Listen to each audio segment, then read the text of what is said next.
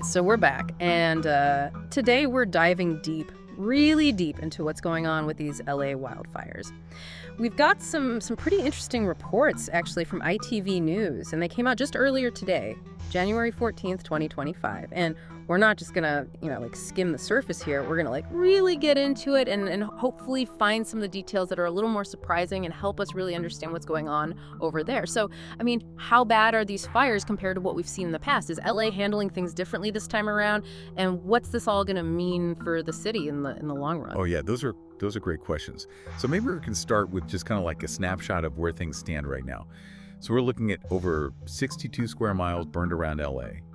To give you a sense of scale, that's like 3 times the size of Manhattan. And to put it in historical context, these fires are already ranking among the top 5 most destructive in California's history, going all the way back to 1932. Wow, yeah, that's just massive. But beyond just the sheer scale of it, I mean, what's the human cost of this disaster? Yeah, sadly, at least 24 people have already died, and unfortunately that number is expected to rise, and there are about 24 people still missing, plus over 12,000 homes and structures have been completely destroyed. It's hard to imagine what those families and communities are going through. It really shows how these fires are impacting every aspect of life in LA. I mean, we've even seen major events, like even the Oscar nominations, postponed because of the fires. Right, and that's a good point. Postponing the Oscars isn't just, a symbolic gesture.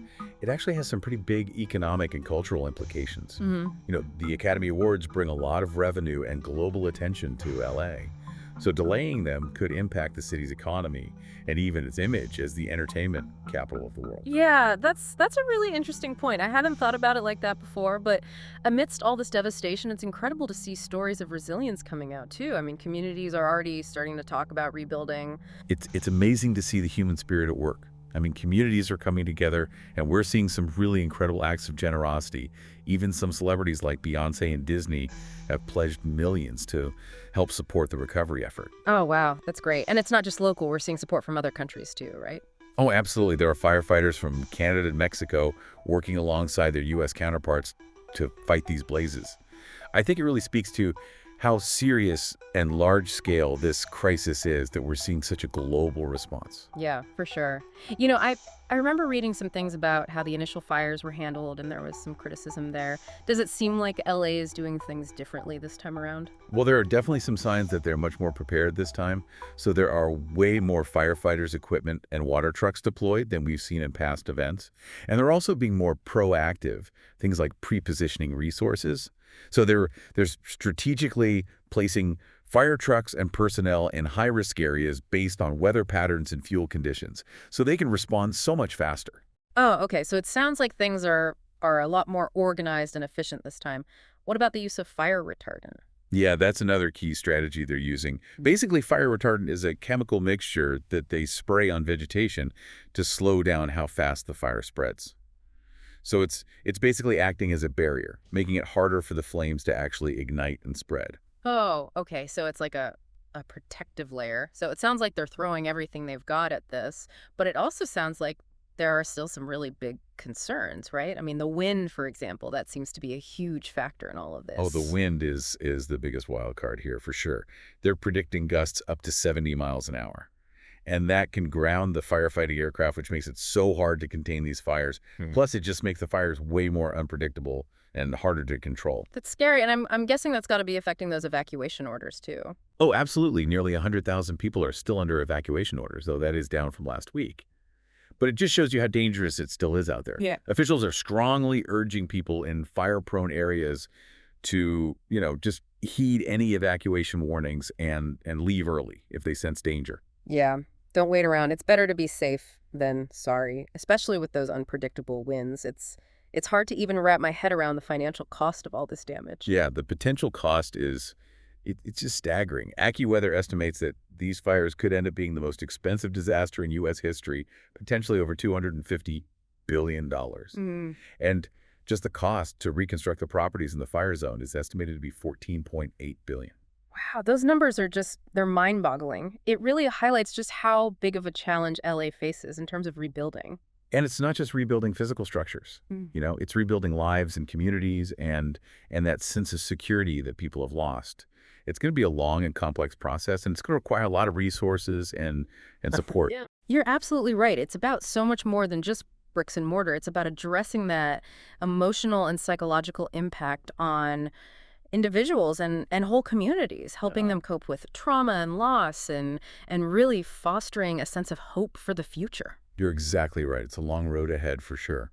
Yeah, and it's important to remember too that this is impacting more than just the people directly affected by the fires. This is affecting the whole city. The air quality is hazardous, businesses are disrupted, and there's just like this feeling of anxiety everywhere you go. Yeah, it's like a ripple effect. It's a reminder of how connected we all are, even in a city as big as LA.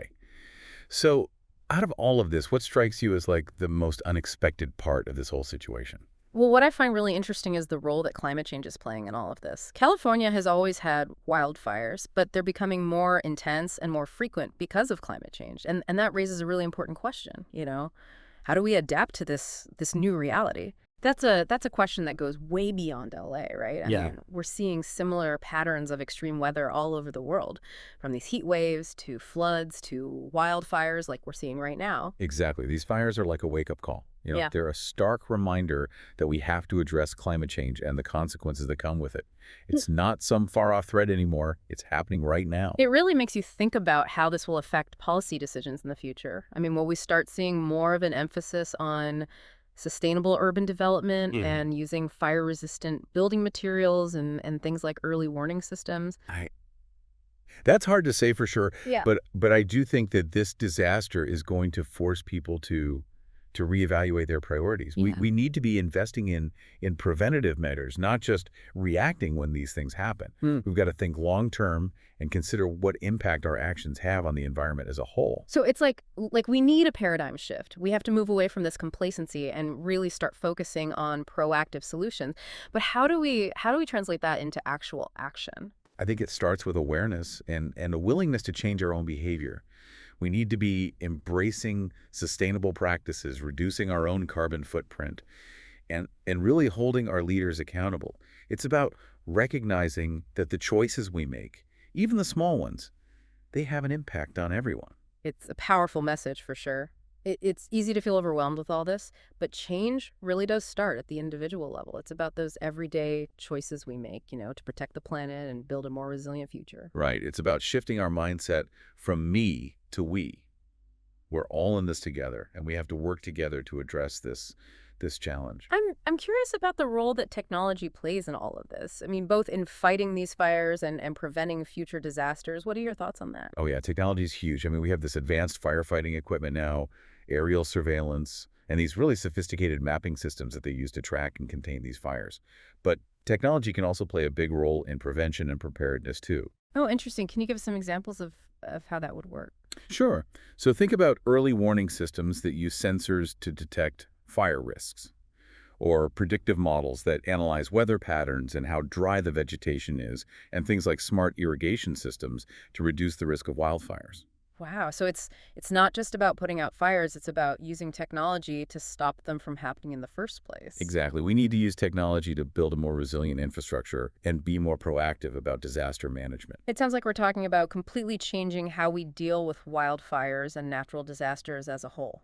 I think it's a necessary change. We can't keep making the same mistakes. We need to learn from these tragedies and change our strategies as the world changes around us. These fires are definitely more than just a local event. They're like a wake-up call for the whole world, forcing us to really face this reality of climate change and how urgent it is that we do something about it. Yeah, and they remind us about how resilient people can be, that ability to come together when things get tough and rebuild our lives and communities. Speaking of rebuilding, what do you think that process is going to look like for LA? Do you think we'll see changes in things like building codes or zoning regulations or even like community planning? I think we'll definitely see a shift towards using more fire-resistant building materials and construction techniques. We might see stricter zoning regulations that limit development in high-risk fire zones. Yeah. And I think there's a real opportunity to rethink how we plan our communities with wildfire mitigation in mind. That makes sense. But what about the emotional and psychological toll on the community? I mean, how do you even begin to address that? That's a crucial part of this whole recovery process. It's essential to provide mental health services, create support networks, and foster a sense of community. So it's about healing those invisible wounds, the ones that go deeper than the physical damage. Absolutely. The trauma of losing your home, your business, loved ones, it's profound. We need to make sure people have the resources and support to cope with this and rebuild their lives. It's a long road ahead, but it's inspiring to see how resilient and determined the people of LA are. They've faced tough times before, and they'll get through this too. I have no doubt about that. There's such a strong sense of community here and a sense of hope that will help them through this. And we'll continue to follow their story, share their experiences, and learn from what they go through. This isn't the end, it's just the beginning of a new chapter. But, this disaster has really brought the issue of wildfire risk to the forefront. Do you think this will lead to changes in how homeowners and communities approach fire prevention? I think it will definitely raise awareness and encourage people to be more proactive about taking preventative measures. Homeowners might start clearing brush around their properties more regularly, creating defensible space, and using more fire-resistant materials when they rebuild. And we might see communities come together to improve fire safety, things like neighborhood watch programs, evacuation plans, and working together to manage vegetation in high-risk areas. It sounds like there's a real chance for positive change to come out of this tragedy. It's a reminder that even when things are really tough, we can still adapt and learn and create a safer and more resilient future. I completely agree. It's about turning this experience into a chance to grow and change for the better. It feels like these fires have really shown us just how vulnerable our cities are, especially when they're built so close to these wildland areas. And with climate change making those areas even hotter and drier, the risk of these huge fires just keeps going up and up. You're right. It's like we're living right next to a tinderbox, and it's not just the immediate danger of the fires themselves. There's also the long-term damage to the environment that we have to worry about. That's a good point. What kind of impact are we talking about here? Well, think about how these fires affect the air quality, the water, and the wildlife. These fires don't just vanish. They leave behind a trail of destruction that affects the whole ecosystem. It's like a domino effect. It's a reminder that we're all connected, not just to each other, but to the natural world, too. Exactly. We can't separate ourselves from the environment. These fires really show how interconnected everything is, how something that happens in one part of the ecosystem can have huge consequences everywhere else. So where do we go from here? I mean, what are some of the key takeaways from our deep dive into this LA wildfire crisis? I think the most important takeaway is that we absolutely have to address climate change. Yeah.